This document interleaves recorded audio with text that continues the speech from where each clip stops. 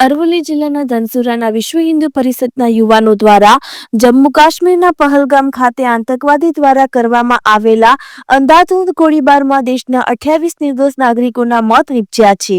ત્યારે નિર્દોષ નાગરિકોની હત્યાને પગલે દેશમાં ભારે આક્રોશ પેદા થયો છે, જેના પગલે અરવલ્લી ધનસુરામાં પણ આજે સવારથી જ સ્વયંભૂ સંપૂર્ણ બંધ રાખી આતંકવાદ સામે કડક કાર્યવાહીની માંગ કરવા માટે આજરોજ વ્યાપારીઓ દ્વારા તમામ પ્રકારની દુકાનો બંધ રાખવામાં આવી હતી। જમ્મુ કાશ્મીરમાં થયેલા આતંકવાદી હુમલાના પગલે 28 નિર્દોષ નાગરિકોની હત્યા કરાતા 2 દિવસ અગાઉ રાત્રિ દરમિયાન મીણબત્તી જલાવી શ્રદ્ધાંજલિ આપવામાં આવી હતી, તેમજ મામલતદારશ્રીને આવેદન પણ આપવામાં આવ્યું હતું। રિપોર્ટર આશિષ નાઈ, અરવલ્લી। જય શ્રી રામ।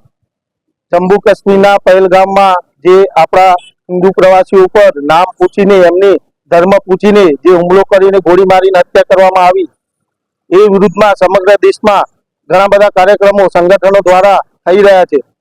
એ ઉપલબ્ધિમાં ધનસુરા તાલુકામાં 2 દિવસ પહેલા શ્રદ્ધાંજલિનો કાર્યક્રમ કરી ઇસ્લામિક આતંકવાદના પુતળાનું દહન કરવામાં આવ્યું।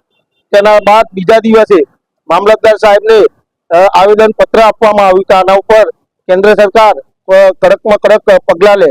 એ પછી એના બીજા દિવસે આજે ધનસુરા ટોટલ તાલુકો એના માનમાં બંધ રાખવામાં આવ્યો। વિરોધમાં સજ્જડ બંધ સ્વયંભૂ પબ્લિકે વેપારીઓએ સ્વયંભૂ જાતે પોતાની રીતે બંધ પાડી અને આક્રોશ વ્યક્ત કરેલ છે। જય શ્રી રામ।